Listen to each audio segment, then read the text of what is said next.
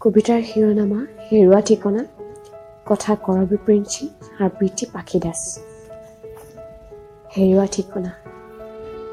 জীৱন বাটত হেৰাই থাকিলোঁ জীয়াই থকাৰ ঠিকনা। তোমাৰ মোৰ মাজত থকা সম্পৰ্কটোনো কি নাম দিম আজি, মই ভাবি পোৱা নাই।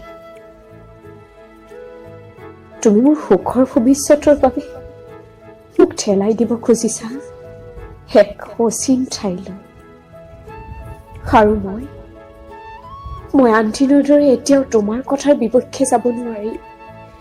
তুমি দেখা মোৰ সুখৰ ভৱিষ্যতটো মই অন্ধকাৰ দেখিছোঁ যদিও ক'ব পৰা নাই খুলি। হেৰা, ৰাধা কৃষ্ণই ভগৱান হৈও নোৱাৰিলে নিজৰ প্ৰেমৰ মৰমবোৰ বিবাহত পৰিণত কৰিবলৈ। তুমি আৰু মইতো সেই ভগৱানে চলোৱা মানুহৰূপে পুতলাহে। মোৰ কষ্ট হৈছে, কান্দিছোঁ মই, হিয়া সোজাৰে কান্দিছোঁ। জীৱন বাটত আঁতৰোৱা সপোনবোৰক খৰাই মই বলিয়াৰ নিচিনা কান্দিছোঁ। মৃত মানুহবোৰে এবাৰতেই শান্তি পায় মৃত হৈ,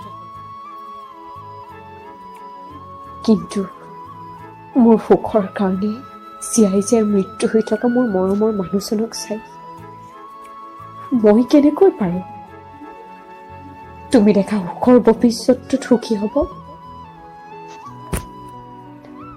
আচলতে ভাল পোৱাৰ অৰ্থ কি তোমাৰ ত্যাগৰ পৰা আকৌ ভালকৈ শিকিছোঁ।